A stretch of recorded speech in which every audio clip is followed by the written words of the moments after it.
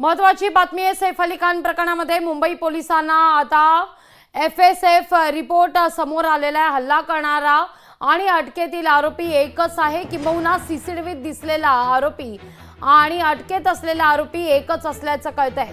आरोपी शहजाद मोहम्मदचा फेस रिकॉग्नायझेशनचा अहवाल हा पॉझिटिव्ह आलेला आहे। सीसीटीव्हीतील आरोपी शहजाद असल्याचं स्पष्ट झालेलं आहे। सैफ अली खान हल्ला प्रकरणातील आरोपीचा फेशियल रिकॉग्नायझेशन रिपोर्ट जो होता, फेशियल रिकॉग्नायझेशन करण्याकरता अहवाल सादर करण्याकरता म्हणून ठेवण्यात आलेला होता। हा सगळा अहवाल प्रयोगशाळेतून आता समोर येताना दिसतोय। वैद्यकीय प्रयोगशाळेतून हा अहवाल सादर करण्यात आलेला आहे। सैफच्या घरात हल्ला करणारा आणि अटकेत असलेला आरोपी एकच असल्याचं या रिपोर्टमधून निष्पन्न झालंय। अधिक माहिती घेतोय आपल्या प्रतिनिधी मीनाक्षी म्हात्रे यांच्याकडून। मीनाक्षी, काय अपडेट? जागवी आपण पाहतोय की सैफ अली खानवरती हल्ला करण्यात आलेल्या आरोपीचं फेशियल रिकॉग्निशन रिपोर्ट जे आहे ते सादर करण्यात आलेला आहे। एकूणच मागच्या सुनावणीमध्ये आपण पाहिलं होतं की या आरोपीला 14 दिवसांची न्यायालयीन कोठडी जी आहे ती सुनावण्यात आली होती, पण त्याच दरम्यान कुठेतरी त्याचे फिंगरप्रिंट्स आणि रिकॉग्निशन फेसचं रिपोर्ट जे आहेत ते कोर्टात सादर करण्यात आले नव्हते।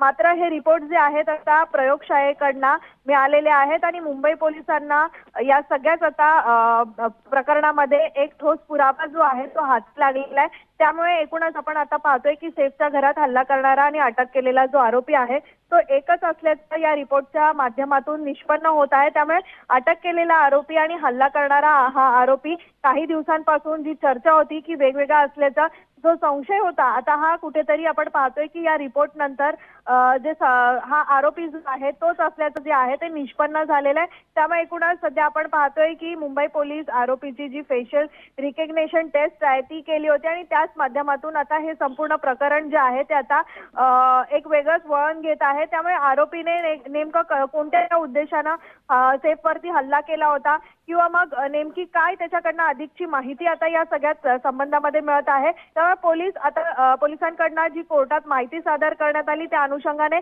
14 दिवसांची न्यायालयीन कोठडी सुनावलेली आहे। त्यामुळे पोलीस आता आणखीन कोणी यामध्ये सहभागी आहेत का या आरोपीच्या व्यतिरिक्त हे देखील पाहणार आहेत।